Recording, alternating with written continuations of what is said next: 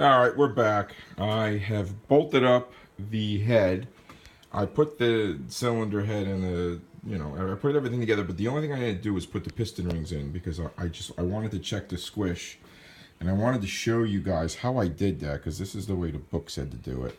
I have some lead solder, old-fashioned lead solder 6040, so it's real soft, okay?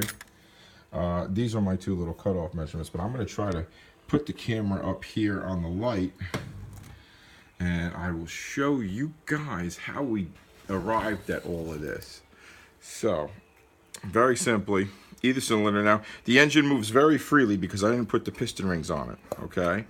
So you take the solder, all right, and you kind of bend it, and you try to touch the side wall of the cylinder, and you just gently with your hand bring the piston up to where it touches it, okay, and now it's stuck. It's not going to go any further, so you back off a little bit, make sure you're on the edge of the cylinder, okay, and then just, it will squish. It'll go whoop, and you go like this. Nope, that's it. I turned it real fast, I backed off, and then I turned it, and then when you pull the solder out, you could see that it's flattened because it's squished the lead solder, okay.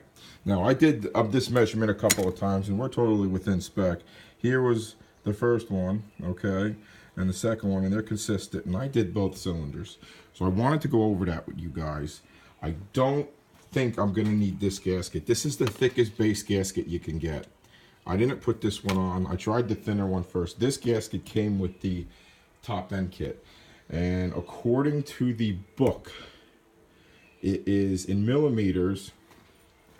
Actually, you know what? I'll measure it and I'll show you guys. Where is the dial? Okay, oh, it's right there. That's in inches. In millimeters, when we set this. Let me see if I can put this down and I'll show you. Whoa. Oops. Ugh, I really gotta get a better setup before we continue to do the video thing. Let me put the camera on the light. So I've got zero out the little meter gauge, and then you take your calipers and you measure the little squished part that's totally flat, and I'm 1.96 millimeters.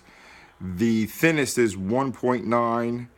It goes from 1.90 to I think 2.06, and I'm at 1.96, so I am right in the middle of the squish band setting, so I know that this will be okay. So we're good.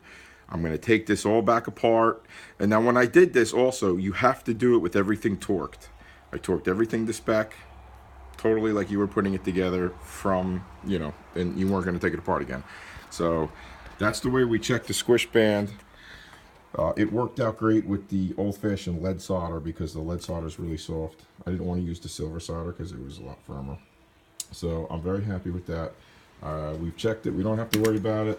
I'm going to unbolt this, put the piston rings on the pistons, finally put this thing back together. We're going to torque it down. I'll show you the pistons and piston rings when we go to put this back. Well, take this apart and put it back together. All right, so we will be back, but that is how we do the squish. It's a big thing on the Seadoo forum. It's very, very important. Because if it's too much, you're going to get detonation if it's too thin. And, then you'd have to run like 100 octane gas or 102. And these DI engines, they call for 90 and above, 91 and above. I always put 93 in them, so I don't worry about that. But I just want to make sure. And I think we're good. So we'll come back. I'm going to pull this head off, and we'll put the piston rings on it and put it back together for the final time. So see you in a little bit.